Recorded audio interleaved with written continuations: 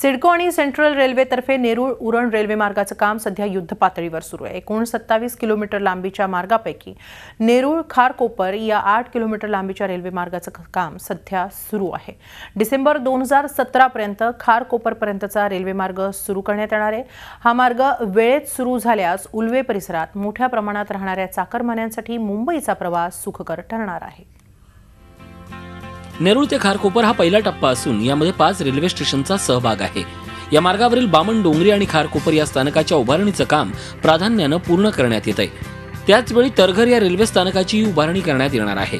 तरघर हे रेल्वे स्थानक प्रस्तावित नवी मुंबई आंतरराष्ट्रीय विमानतळाला जोडणारं महत्त्वाचं स्थानक मानलं जात आहे। त्यामुळे या स्थानकाच्या उभारणीकडे विशेष लक्ष दिलं जाणार आहे।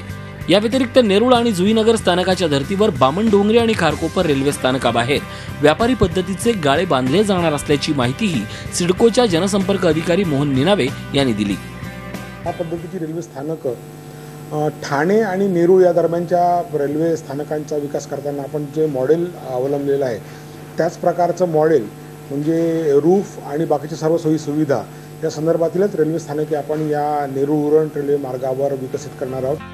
नेरूळ खारकोपर या 8 किलोमीटर लांबीच्या रेल्वे मार्गासाठी गेल्या आठवड्यात रुळांची चाचणी घेण्यात आली।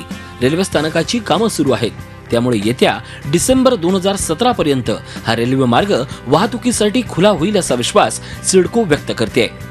स्वाती नाईकसह bureau report Zee media, Navi Mumbai.